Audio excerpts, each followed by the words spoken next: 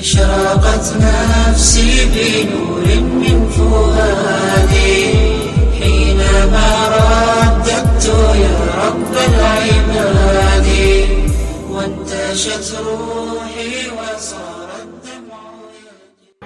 الحمد لله وكفى وسلام على عباده الذين اصطفى أما بعد فأعوذ بالله من الشيطان الرجيم بسم الله الرحمن الرحيم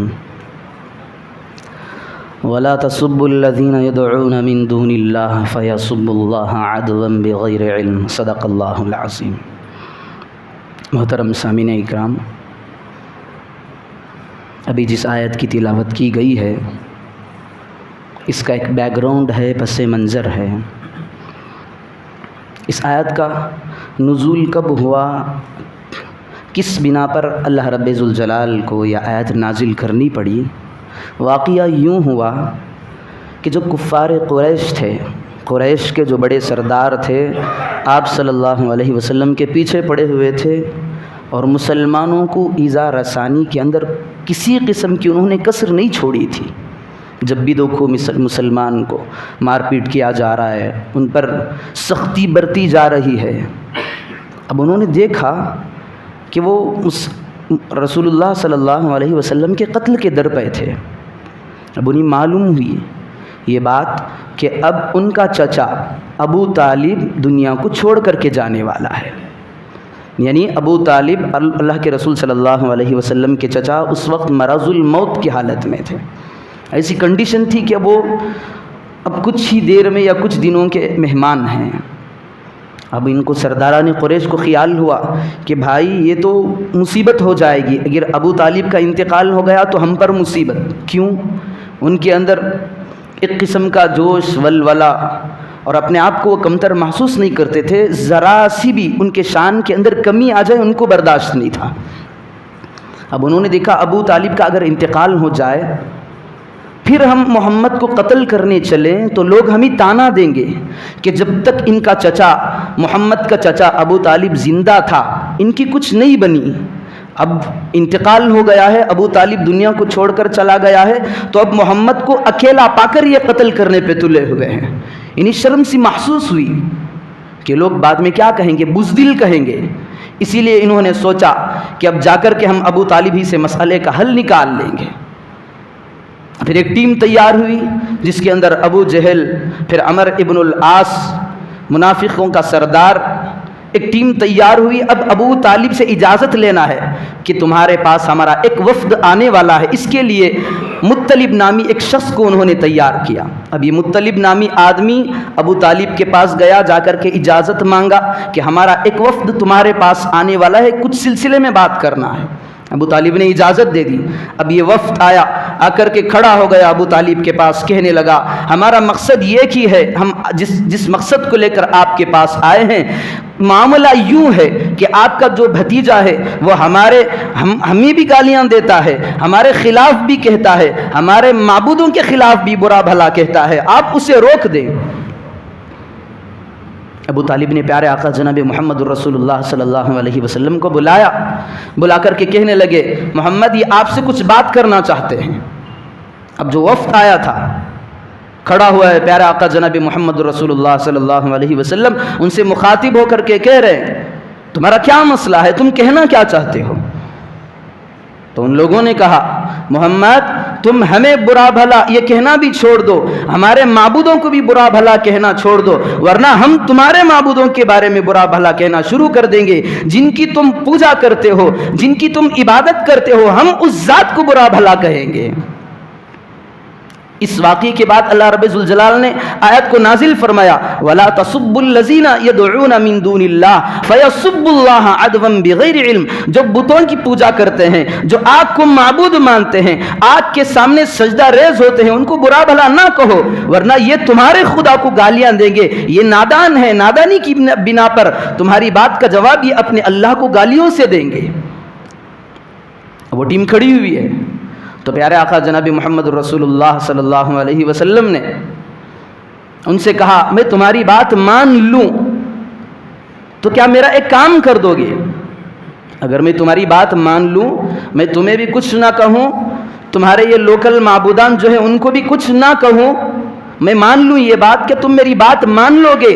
اگر میری بات تم مان لو گے تو تم سارا عرب اس کے تم مالک بن جاؤ گے اور عجم تمہارے تابع ہو جائے گا۔ ابو جہل لالچی، دنیا میں گھرنے والا، دنیا میں پڑھنے والا، دین سے کوئی تعلق نہیں، نہ اللہ کا ماننے والا نہ رسول کا ماننے والا، وہ بول اٹھا ایسے ایک کلمے کو تو کیا 10 کلمے کہنے کے لیے میں تیار ہوں، چونکہ اللہ کے رسول نے کہہ دیا تھا اگر ایک کلمہ تم کہو تو سارا عرب اس کے تم مالک، پھر عجم بھی تمہارے تابع۔ اب یہ لالچی تھا تو اس نے کہا ایک نہیں 10 مرتبہ کہنے کے لیے تیار۔ تو پیارے آقا جناب محمد رسول اللہ صلی اللہ علیہ وسلم نے فرمایا لا الہ الا اللہ، اتنا کہنا تھا کہ سارے برہم ہو گئے، غصے میں آ گئے۔ ابو طالب جو آپ کے چچا تھے انہوں نے کہا محمد اے میرے بھتیجے، اس کلمے کے سوا اور کوئی بات نہیں تھی تمہیں کہنے کے لیے، اسی کلمے پر تو یہ برہم ہوئے ہیں پہلے سے۔ تو پیارے آقا نے انہیں کیا کہا؟ میری ایک بات مان لو گے تم تو تم عرب کے مالک بن جاؤ گے اور عجم تمہارے قدموں میں ہوگا، تمہارے تابع ہوگا۔ ایسی پاور اس کے اندر اللہ رب ذوالجلال نے رکھی ہے کلمہ طیبہ کے اندر، جو بندہ حقیقی طور پر صدق دل سے، دیکھیں ہم اللہ کو مانتے ہیں، اس کے نبی کا اقرار بھی کرتے ہیں، لیکن جو ہماری بات ہوتی ہے اللہ کا اقرار یہ صرف منہوں کے حد تک ہوتی ہے، دل میں ابھی اترا نہیں۔ اگر دل میں اترتا تو آج ہم پر یہ حالات نہ آتے۔ آج ہمارے حالات ایسے، ہمیں بھاگنے کے لیے جگہ بھی نہیں ہے، ہمارا اللہ ہماری مدد کرنا چھوڑ دیا ہے۔ کیوں؟ ہم ویسے نہیں ہیں جیسے صحابہ تھے۔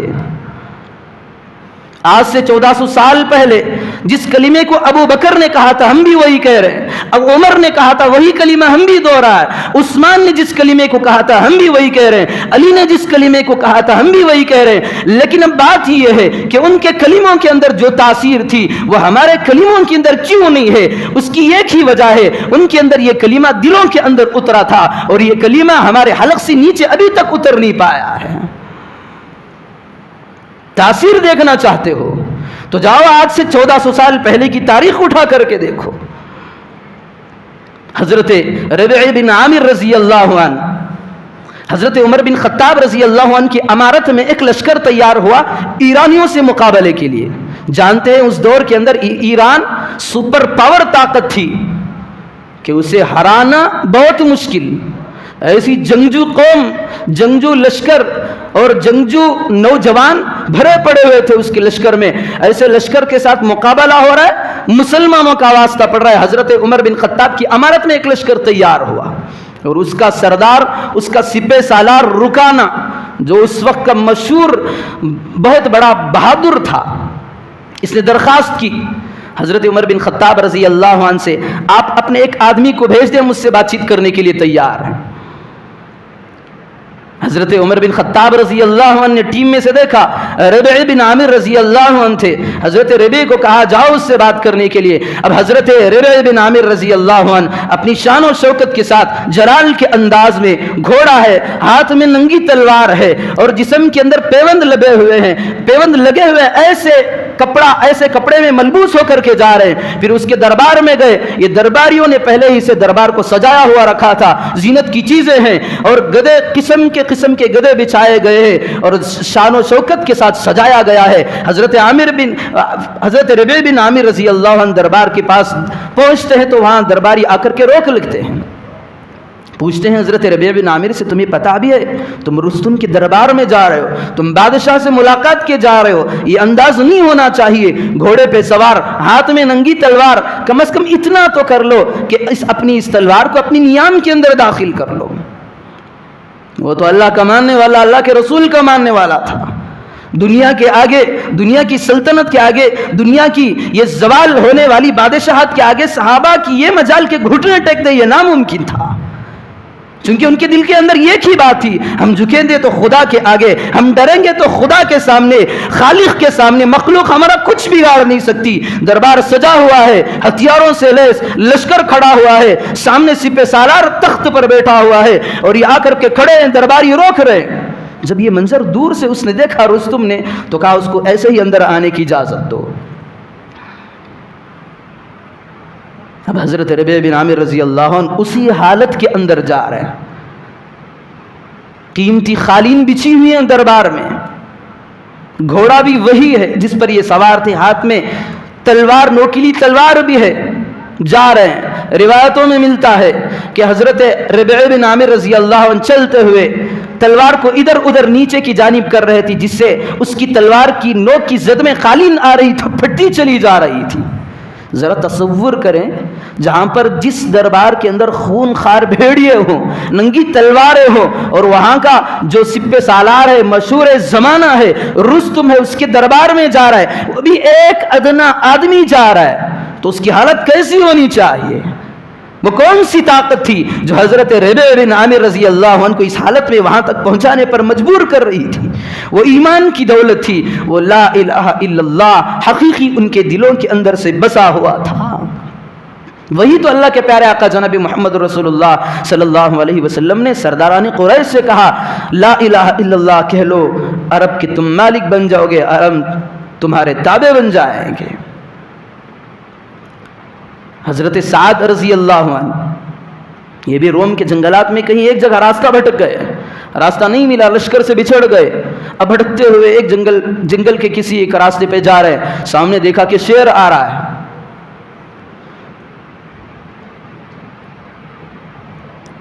حضرت سفینہ رضی اللہ عنہ یہ اللہ کے رسول صلی اللہ علیہ وسلم کے خادم بھی تھے، جیسے ہی شیر نظر آیا تو حضرت سفینہ رضی اللہ عنہ نے ان سے کہا کہ بھائی تو بھی ایک اللہ کی مخلوق ہے، میں پیارے آقا کا خادم ہوں۔ شیر سے کہا ابو الحارث شیر کی کنیت ہوتی ہے، میں لشکر سے بچھڑ چکا ہوں، تو مجھے راستہ بتا دے۔ شیر دم ہلاتا ہوا گیا، جنگل کے باہر لے گیا جہاں پر ان کا لشکر جا رہا، تو ان سے لے جا کر کے حضرت سفینہ کو ملوا دیا۔ حضرت سعد ان ایک قوم کے ساتھ تیار ہوئے تھے کہ ان سے جنگ کرنا ہے۔ ایک شہر ہے بحر سیر اس کا نام ہے، اس کے نیچے آئے تھے، اب دریا عبور کرنا تھا، پار کرنا تھا، دیکھا کہ کوئی اسباب بظاہر نظر نہیں آ رہے ہیں، تو حضرت سعد رضی اللہ عنہ نے یہ جملہ کہا، نستعین باللہ ونتوکل علیہ لا حول ولا قوت الا باللہ۔ یہ کہا انہوں نے کہ ہمارا ایمان تو اللہ کی ذات پر ہے، مدد مانگیں گے تو اللہ سے، بھروسہ رکھیں گے تو اللہ کی ذات پر، کیونکہ کوئی طاقت نہیں ہے اللہ کے علاوہ، دریا بہت بڑا دریا، اس کو پار کرنا ہے۔ حضرت سعد رضی اللہ عنہ یہ کہتے ہوئے اپنے گھوڑے کو پانی کے اندر، دریا کے اندر ڈال دیا۔ پیچھے لشکر والے تھے، ان کو بھی کہا اللہ کے حکم سے اپنے گھوڑوں کو دریا کے اندر ڈال دو۔ سارا لشکر امیر کی اطاعت پہ اپنے گھوڑوں کو دریا میں ڈال رہا ہے۔ ایک تنکا اگر ہم ایک پتھر پانی میں پھینک دو تو کیا اوپر تیرے گا؟ یہاں پر گھوڑے ماں ساز و سامان کے، ماں لشکر کے سارے گھوڑے دریا کے اندر ڈال دیے گئے، کود پڑے۔ لکھا ہے کتابوں کے اندر، سارے احباب نے دریا کو عبور کیا، دوسرے کنارے پر آئے، دوسرے کے کنارے پر آنے کے بعد دیکھا تو گھوڑوں کے جو کھر ہوتے ہیں نیچے کے، ان کے پیروں کے جو ٹاپ ہوتے ہیں، ان کو تک پانی نے ٹچ نہیں کیا تھا۔ کیسی ایمانی طاقت، حیرانی کی بات ہے۔ اصل ایمان کی حقیقت یہی ہوتی ہے، انہیں کوئی سی بڑی طاقت انہیں دھمکانے کے قابل نہیں تھی، وہ کسی کے آگے جھکتے نہیں تھے، ان کے دلوں کے اندر کسی کا خوف اور دبدبہ اور ڈر نہیں تھا۔ وہی کلمہ ہم بھی پڑھ رہے ہیں۔ مچھر نمازوں میں بیٹھ جاتا، نماز پڑھ رہے ہوتے مچھر بیٹھ جاتا ہے، کتنا بھی ہٹا لیں ہم تو وہ کہتا ہے جب تک میرا پیٹ نہیں بھرے گا، تیرا خون چوسوں گا نہیں، تب تک میں تیری اس جگہ کو چھوڑ کر جانے والا نہیں ہوں۔ ایک مچھر ہمارے بار بار ہٹانے پر نہیں ہٹ رہا ہے، یہ ہمارا ایمان ہے۔ ان کا ایمان تھا اگر افریقہ کے جنگل میں بھی جا کر کے یہ اعلان لگا دیتے، آواز کر دیتے، اے جنگلوں یہاں رسول کے خدام آئے ہیں، پیارے آقا کے نوکر اور غلام آئے ہیں، تمہیں اتنی دن کی مہلت دی جائے گی، ہمیں یہاں قیام کرنا ہے، تم ہمارے لیے راستوں کو صاف کر دو، تو شیر، جنگل کے بادشاہ، چیتے اور جتنے بھی جنگلی جانور ہیں، سارے ان کی باتوں میں آ کر کے جنگل کو خالی کر کے انہیں رہنے کے لیے جگہ کو چھوڑ کر کے چلے جاتے۔ یہ ان کا ایمان تھا، صرف لا الہ الا اللہ محمد الرسول اللہ ان کے دلوں کے اندر اترا تھا، یہ ہماری زبانوں کے حد تک باقی رہ گیا ہے۔ اس آیت کے اندر یہی پیغام دیا ہے پیارے آقا جناب محمد رسول اللہ صلی اللہ علیہ وسلم نے کہ لا الہ الا اللہ جو اس کی جگہ ہے دل میں ہوتی ہے، زبان پر نہیں۔ اللہ رب ذوالجلال سے دعا فرمائیں، اللہ رب ذوالجلال ہم تمام کے اندر حقیقی ایمانی نور، ایمان کا حقیقی نور ہمارے دلوں میں پیوست فرمائیں، سنی ہوئی باتوں پر عمل کی توفیق عطا فرمائیں۔ آمین و آخر دعوانا الحمد للہ رب العالمین۔ ربنا